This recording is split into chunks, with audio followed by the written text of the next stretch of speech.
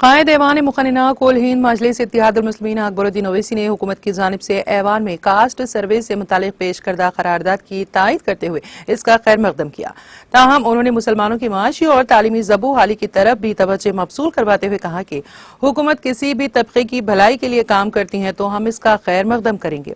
اکبر اویسی نے کہا کہ جس طرح کھلے دل کے ساتھ ہم نے آپ کی تائید کی تو آپ بھی ہماری پسماندگی کے خاتمے کے لیے نیک نیتی کا مظاہرہ کریں۔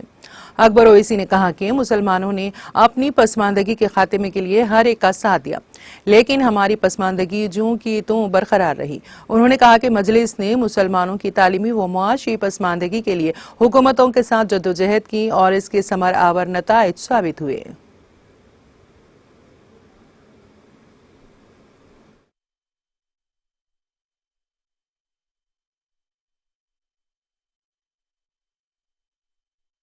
تلنگانہ راشٹر سمیتی جو آج بھارت راشٹر سمیتی ہے اس کا ساتھ دیا تو ہم نے ہر ایک کو آزمایا، لیکن ہماری پسماندگی جوں کی تو رہی اور ہم وہیں کے وہیں کھڑے رہے۔ لیکن اس حقیقت سے بھی کوئی انکار نہیں کرے گا کہ 1960 کے دہے میں مجلس اتحاد المسلمین نے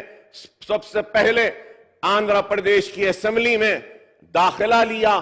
اور اس کے بعد اپنی جدوجہد کے ذریعے مسلمانوں کی تعلیمی معاشی پسماندگی کو دور کرنے کے لیے مسلسل نمائندگی کرتی رہی اور حکومتوں کو مجبور کرایا، اور اس کا نتیجہ یہ ہوا کہ آندھرا پردیش کی ریاست ہندوستان کی پہلی ریاست بنی جہاں پہ مائنورٹی کمیشن بنا، مائنورٹی فائنانس کارپوریشن بنا۔ تو یہ سب سے پہلی تھی ریاست، اور یہ بھی حقیقت ہے کہ مجلس اتحاد المسلمین کی جدوجہد کے نتیجے میں ہندوستان میں سب سے پہلے مائنورٹی ویلفیئر کی منسٹری اور مائنورٹی ویلفیئر ڈپارٹمنٹ بھی قائم ہوا۔ تو یہ مجلس اتحاد المسلمین کی ہے، لیکن یہ بھی ایک حقیقت ہے کہ اس سے کوئی انکار نہیں کر سکتا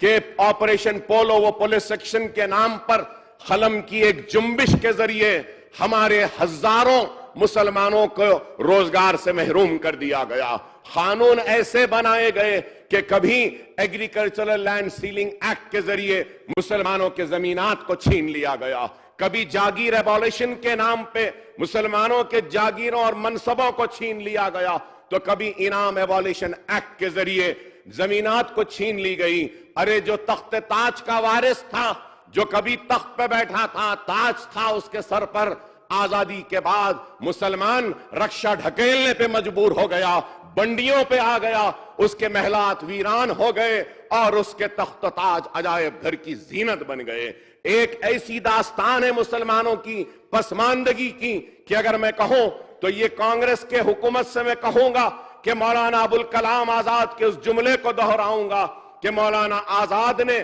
پولیس سیکشن کے بعد حیدرآباد کا دورہ کیا تھا اور کہا تھا کہ پولیس سیکشن ایک ایسا ناسور ہے جو میں اپنے ساتھ اپنی خبر میں لے جاؤں گا۔ اتنا لاکھوں ہزاروں کی تعداد میں عزتیں لٹیں، عصمتیں لٹیں، ہماری آبادیاں خاک کی ڈھیر میں تبدیل ہوئیں۔ تباہ و بربادی کے بعد آج مسلمان کھڑے ہونے کی کوشش کر رہا ہے، تو اس کوشش میں اگر کچھ مددگار اگر کوئی ثابت ہو سکتی ہے کوئی چیز، تو میں سمجھوں گا کہ زیادہ سے زیادہ ایلوکیشن مسلمانوں کے لیے، زیادہ سے زیادہ موقع مسلمانوں کے لیے، زیادہ سے زیادہ ریزرویشن کے ذریعے مسلمانوں کو نوکری دینا، اس کے ذریعے ہی مسلمانوں کی پسماندگی کو دور کیا جا سکتا ہے۔ اور میں امید کروں گا، ہر کسی سے ہم نے امید لگایا، لیکن ہر ایک نے ہمارے امیدوں کو چکنا چور کیا۔ ہم نے ہر ایک سے آس لگائی، لیکن ہر ایک نے ہماری آس کو توڑا، اور آج ہم ایوانوں میں اپنی نمائندگی کے ذریعے اپنے مسائل کے حق کے لیے لڑتے ہیں، تو ہم کو بی جے پی کا بی ٹیم کہا جاتا ہے، ہم کو ان کا نمائندہ کہا جاتا ہے۔ کیا ہم کو حق نہیں ہمارے حق کے لیے لڑنے کے لیے؟ کیا ایک ریڈی کو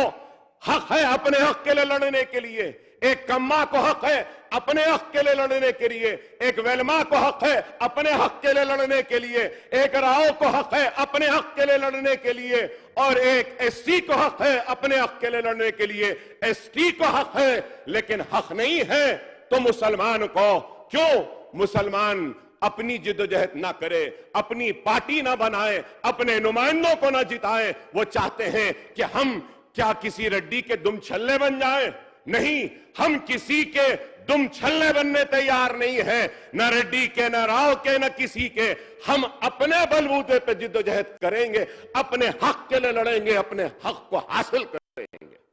اور وہ حق جو حق دستور نے ہم کو دیا